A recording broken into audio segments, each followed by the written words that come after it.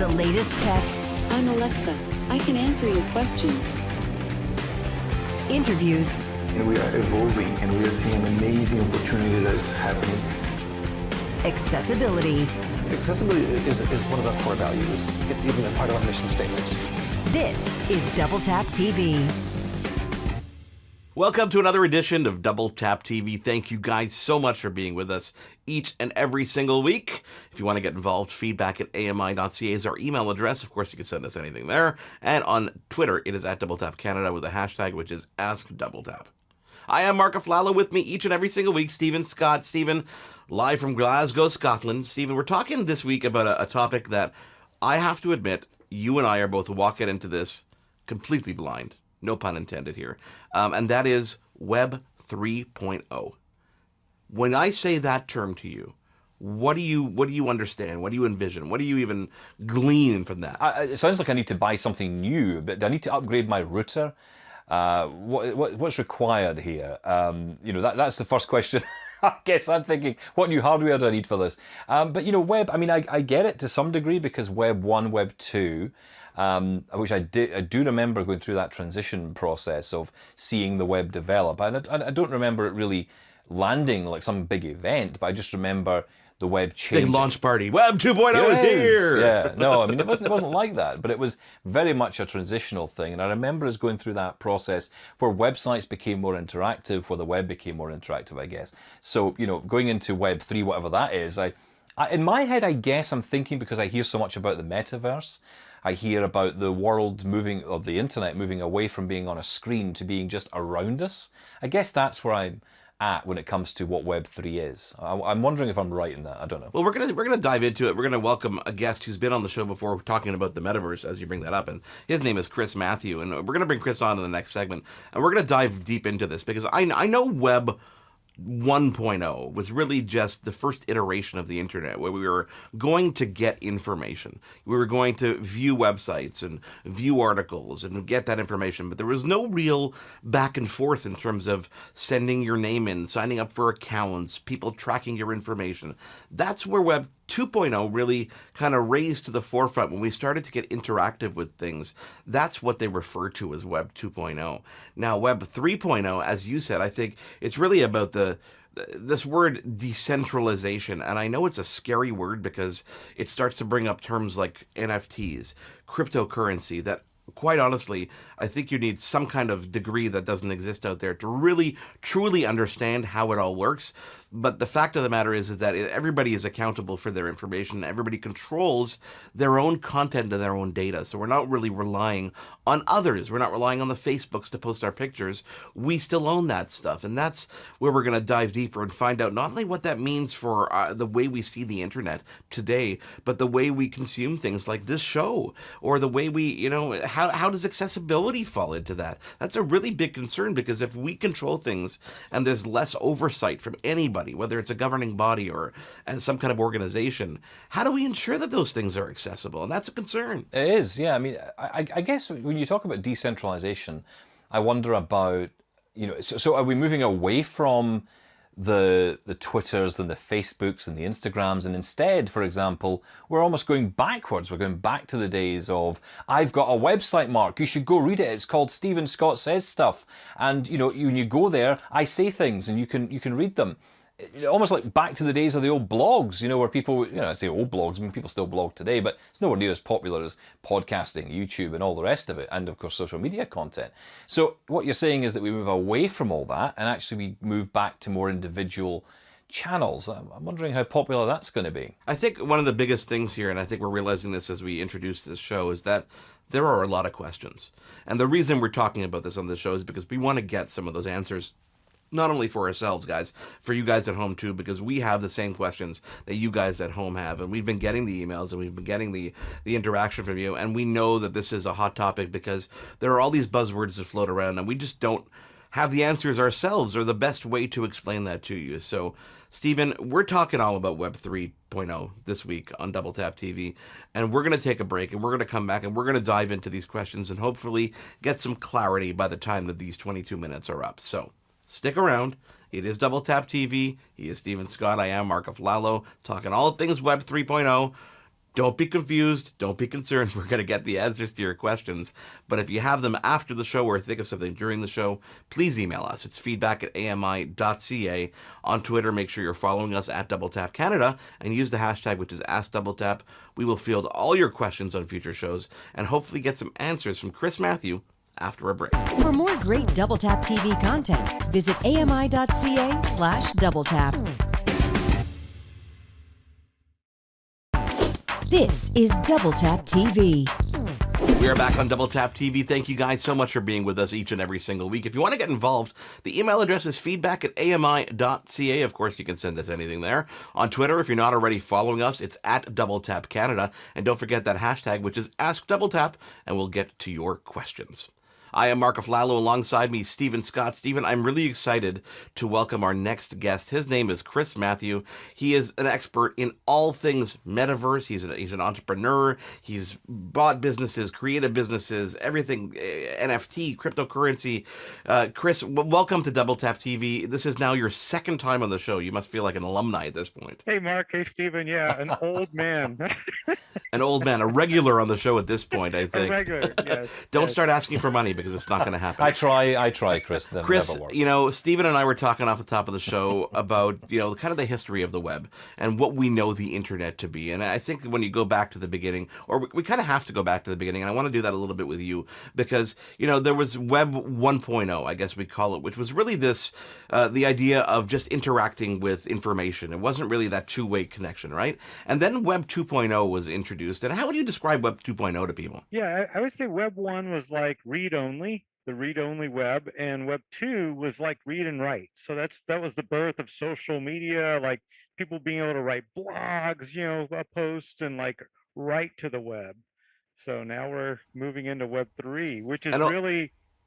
Go ahead. Sorry, and also with Web 2.0, I mean, I guess a lot of that was also about the ability for companies and social media sites to track us and to see where we're going so they can turn that into some kind of monetization. So I cut you off there, but so now we're talking about Web 3, and this is like, Stephen and I are just like our audience out there, that sometimes we know a little bit more than some other people because we claim to be experts here, but I think we're walking into this, you know, together, both blind. So how would you describe Web 3? You know, I'm glad you talked about the social media aspects and the algorithms, because with Web 2, you're absolutely right. We saw trillion-dollar companies rise that are building algorithms based on everything they know about you, everything you've written, and you know, we keep hearing breaches, you know, data security breaches, you know, all of our information just keeps going out there. And at one point, Mark Zuckerberg had said, there is no such thing as privacy. You know, that was what we're all like dealing with now.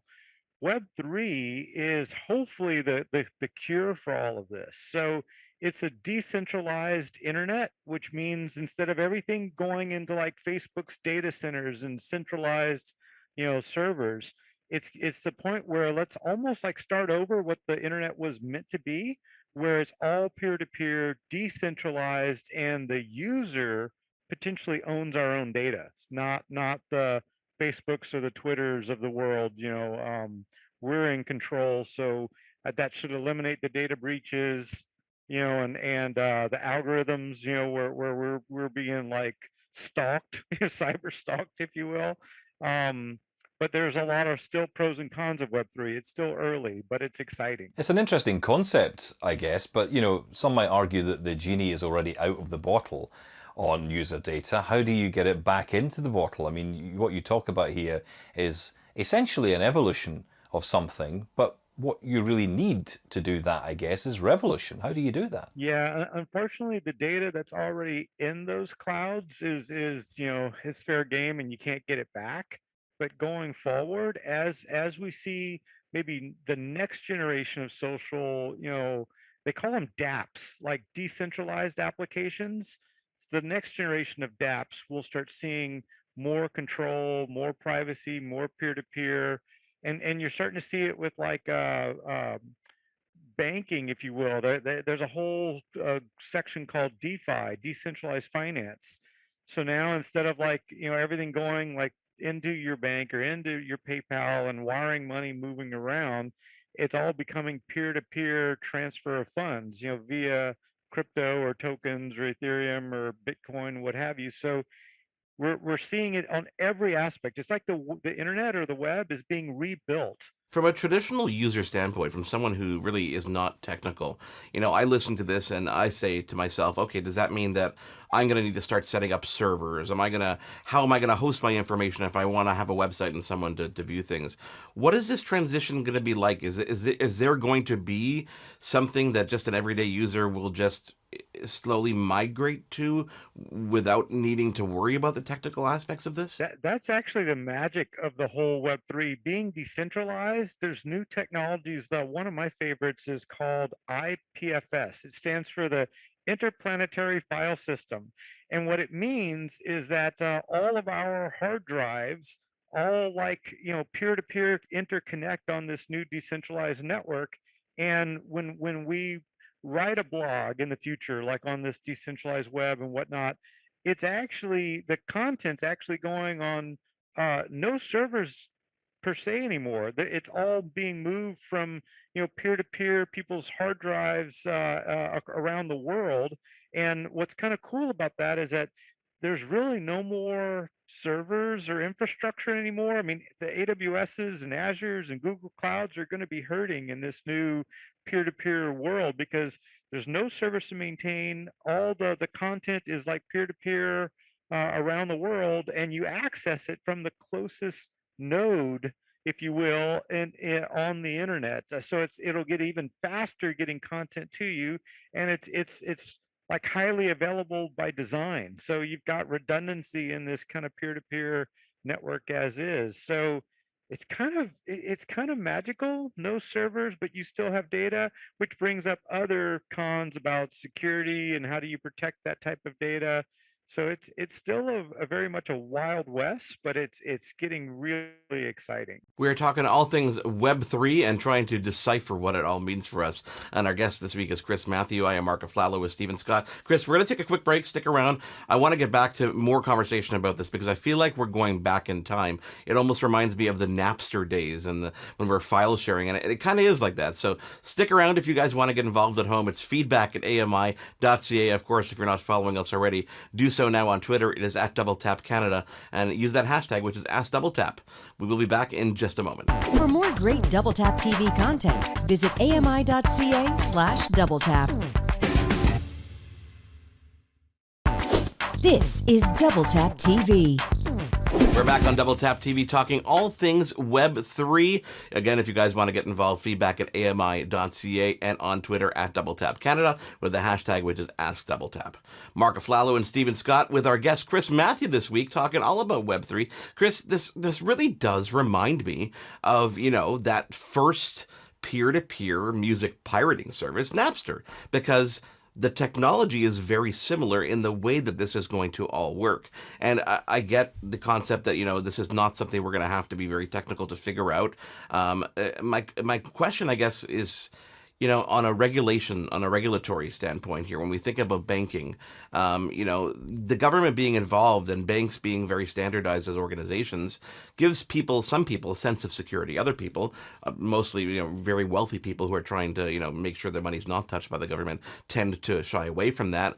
Is this something that law enforcement and government agencies are actively looking at now, or do you think that Web3 is going to just kind of emerge and they're going to have to fight for their claim afterwards? Yeah, in the beginning, the SEC and all other countries, they're still trying to figure out what does this mean, because if crypto, like say Bitcoin, becomes like the leading currency and it's almost untraceable, what does that mean about taxes? What does it mean about, loans, traditional banking? I mean, it disrupts everything. So there has been like exchanges like Coinbase that are set up that do reporting to the SEC. So if you put real money in, real like fiat money, dollars, euros, whatever in, that gets tracked to the government agencies, and when you pull money out, especially, they get notified so that you pay taxes on that as well.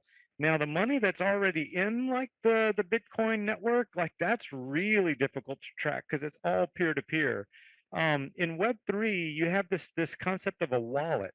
And a wallet, you'll hear things like MetaMask is a real popular one. I know Coinbase has one now as well, so you can just do kind of like crypto banking with Coinbase. Makes it really simple for people getting started. But the wallet, it has like a long hash like associated with your account, if you will, your wallet itself. That becomes your new entity, if you will, on Web3. So no more usernames and passwords like logging in. When you land on a Web3 site, it says connect wallet. That doesn't mean you're going to get charged anything. It's kind of like your identity that you're logging in with your wallet. It's your passport. It's Yeah, like your exactly. this says this is Chris Matthew. This Exactly. is Mark AFLALO. But it's And it's still- not going to be right. an easy one to remember because it's like 20 Yep, characters yep, long. Yep, and it's anonymous still. So, but it's my identity, even though it's anonymous. And if I do want to pay, like a donation or a $5 a month subscription or whatever, that wallet, it contains all of my Ethereum or my Bitcoin money or my tokens of other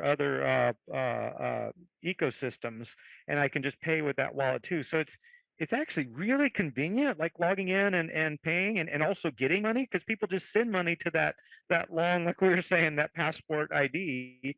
And as long as it's in this whole grid and you're not taking it out or converting it to dollars, it's all very peer-to-peer, very Napster-ish. So when I opened a crypto wallet account in Canada, so I used Wealthsimple, for example, and they suddenly allowed crypto. So I opened a wallet and I got, that address, like you say, but I had to prove who I was. I had to scan my driver's license, my passport, and all this stuff. So I'm assuming that at this point forward, they can report this at any time they want to the government. Is that because they wanted to get involved in this after, the craze started way back when with Bitcoin, and suddenly there are new rules that they want to just play ball with? Yep, it's that know your customer rules, and like Coinbase does something very similar. You have to validate your actual bank account so that they can report on it. But if you just grab like MetaMask, I think it's .io, that wallet, there's a lot of those types of wallets. They're not affiliated with a centralized exchange at all. They're just a very basic crypto wallet that's not centralized and not reported on. So you still have to get money to it. So or Ethereum to it. So I guess you could buy money like in a Coinbase or like that one you were just mentioning, and then you could transfer that money from that wallet or account into your MetaMask, and then it's kind of peer-to-peer at that point. I think that I agree that there are definitely concerns there, but I think what is interesting is that we're not coming to this fresh. This isn't Web 1, this is Web 3. So we have learned a lot. Granted, there's more to learn. Some people need to learn the rules of Web 2, especially when it comes to web accessibility. But the fact is there's a framework in place, so we're not starting from zero. So I think that's a positive at least. So there's this new thing called DAOs, DAO, Decentralized Autonomous Organizations. If you start reading up on what that means, it's basically Web 3.0's answer to company entities. So basically you create a company or an organization as a DAO, and then you create a smart contract around it. So you can say, here's the shareholders, of the organization. Every time, money comes in, it gets divided, 5% each, across the board. Here's how we're going to operate. And it's a smart contract, which is really a program. So you're basically programming in the rules of the company, if you will, into this DAO, and it operates autonomously, and things just happen. Like if subscriptions come in, they divide it across the shareholders, and it's kind of a living, breathing organization. And to your point about regulatory action, the DAOs, to my knowledge, are not really even on the radar of a lot of these governments yet. But they're operating as if they are, like new world, Web 3.0 organizations.